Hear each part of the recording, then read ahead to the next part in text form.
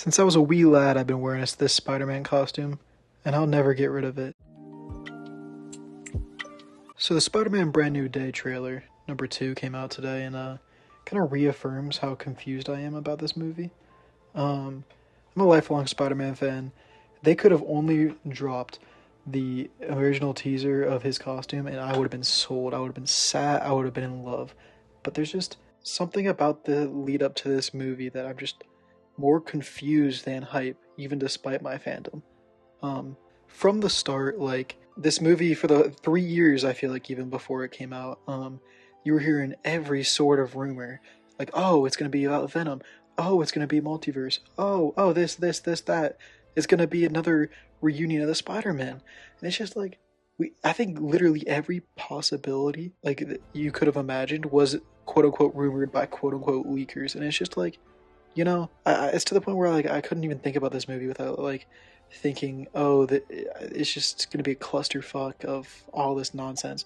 So I kind of like forgot about it for a while, and then they released that beautiful suit trailer thingy, and they got me, they reeled me in. And then the more I thought about it, the more I was like, wait a minute, Jean Grey in a Spider-Man movie? All right, you know what? Okay, they could do that, right? They could figure that one out. I think. I hope. And then Bruce Banner is in it. It's like, oh, it makes sense. He's dealing with some troublesome stuff inside. And then Scorpion's back, which is fine. Punisher's in it. Wow. And it's like it gets to a point where the amount of characters in this movie, it seems like a lot. And all we wanted, right, leading up to this movie was a grounded classic Spider-Man. And characterization wise, I think they got that. Like, it looks more personal. Peter's arc seems like cohesive. Oh, maybe we don't know if it'll be cohesive, but it seems like it's gonna be the type of Peter Parker that we've wanted in this universe for years. But I'm just sitting here like wondering how they're gonna balance all these characters while giving us the Spider-Man movie we all wanted, while probably doing its best to just like explain where Tom Holland's Peter Parker is during Avengers Doomsday. And it's like I want to be confident in this movie, man. I really do. Like I said, Spider-Man's my favorite comic book character of all time. Hot takes only today. But this movie, everything I've seen officially released is awesome. Everything this movie could be just scares me. And one thing I will say is the action, the cinematography, and like the filmmaking looks like it had a lot of care put into it. I think Tom Holland going on the Odyssey set and straight up saying, and I quote, or actually I won't quote him because I can't off the dome, but he basically came back from filming the first real movie of his life, and he looked at Sony and Marvel and he was like, "What in the hell have we been doing? Why are we finishing the script after we're shooting? Why are we building sets before the script's done?" So that's the one part of hope, or the one speckle of hope I think this movie has, is that Tom Holland really cares, and he finally did a real movie. And listen, I don't. Maybe this is a hot take. I think Christopher Nolan's a shaky writer, but at the very least, he knows how to make a movie. He knows how to do it the right way, regardless of quality. And if that can bleed into Spider-Man, that'd be awesome. The action, I saw Jackie Chan's like company is like doing the action guidance, and so that's promising too. And obviously the action in Shang-Chi, that Destin Cranton. Hold up, I'm gonna have to look that one up. Destin Daniel Cretton. I'm so sorry. Names suck. He seems like he's gonna do a good job with the action. Like I said, in Shang-Chi, the stuff before the third act was pretty awesome, for at least for Marvel movie standards, at least. And I've really soured on these movies recently. I grew up on them. I used to watch all of them. I think, just like everybody, kind of just tired of them being mid to honestly just trash. But this movie looks like there's actual care put into it, right? Like, there was a level of crap, like, and this is the bare minimum, right? It's kind of like the Thunderbolts, if you guys remember. The Thunderbolts were like, "Hey guys, we jumped off a building, we blew up trucks, we did all this the bare minimum way. We didn't use CGI." It's kind of the same thing here, with like building sets to do chase scenes and swinging around with actually having to do it on wires, stuff like that. But in the biggest example being having a suit that isn't just CGI glossed over. Yay! Like, it's the bare minimum, but we haven't had the bare minimum in 10 years. As much as I love Homecoming and No Way Home. So to see Tom Holland's Peter, like, finally get that recognition is pretty cool. Like, I'm not gonna act like I don't think that's cool. But will we have enough time for his character arc to breathe when we have like 5 other external characters from the Marvel universe that need to like justify their existence in this movie? We have like another 5 villains that apparently is going to take time, which granted they probably won't get a lot of screen time, but still. And then you have, again, you gotta imagine there's at least going to be like a teaser for Doomsday, given it's the last movie before that, which I think that'll just be a post-credit scene. So I guess that's not too big of a concern, but it does have a 2.5-hour runtime. I will give it that.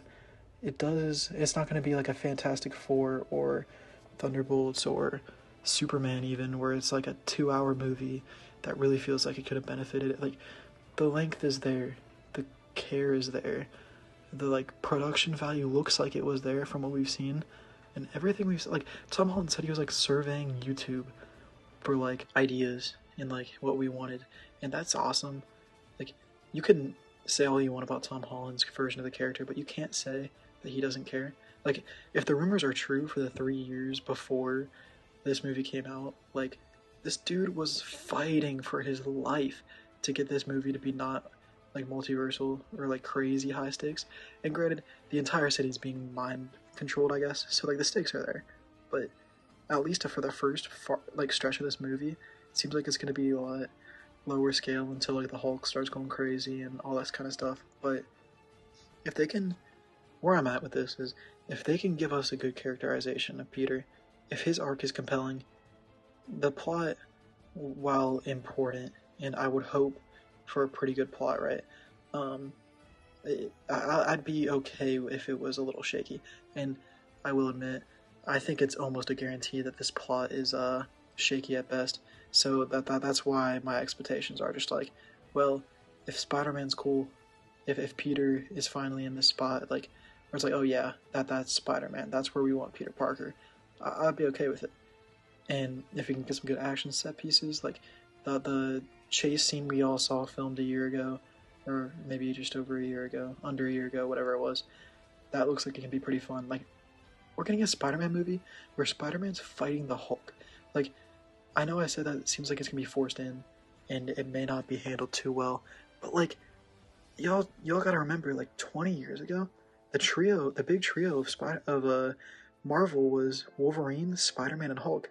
So we're getting a movie where 2 of the 3 pillars of OG Marvel are like interacting and like fighting, and like, now I know it might be a little stupid, like what facilitates it, the plot, the writing. Like, I'd be shocked if it was good, to be quite honest. But like, that's cool. I'm not gonna sit here and be like, yo, consume, because like I've said before, I've had my concerns. I'm confused. I don't really know how confident to be. But at the end of the day, like, I don't want to say temper your expectations and accept what we get, but realistically, what kind of Spider-Man movie are we gonna get? And the answer to that is, like, I think Sony's always gonna make it overstuffed. I'm pretty sure their deal like requires at least one MCU or greater Marvel character to be in it. So if it's always gonna have to be like that, at the very least, if it can give us an intimate story with Peter of like reconnecting with his social life, like, I've seen people say that this is kind of like the Batman for Spider-Man, and if that's the case with like the characterization specifically, like, that's awesome. Like, in the Batman, Bruce's main conflict is that he's like too into being Batman, he's too isolated, he's too this and that. A Peter Parker Spider-Man story like that, we haven't really gotten one. Like, it'd be a unique take to the character, but also like back to his roots, and that's just exciting to me, right? Like, a new take on the character that we haven't really seen, but at the same time, there's that familiarity of like the OG days where he's on his own, he's dealing with normal day-to-day life like stuff. So if that gets like enough time to shine, then you know what, you can have all the sloppy bullshit you want in the rest of it. Like, that's all I need from this Spider-Man movie to come out of it happy. I could honestly talk about this movie for like hours, and I could get way more into specifics, and I probably will at some point, but I just kind of wanted to ramble because the trailer just came out and there's some excitement going on. I'm also probably going to rewatch the old movies, so, or the old movies, the old Tom Holland movies, so I'll probably make some videos on that leading up to it. But yeah, let me know what you guys think about this movie. Are you excited? Are you confident? Are you cautiously optimistic like I am? Let me know down below. And we'll see what kind of outro I give for this one.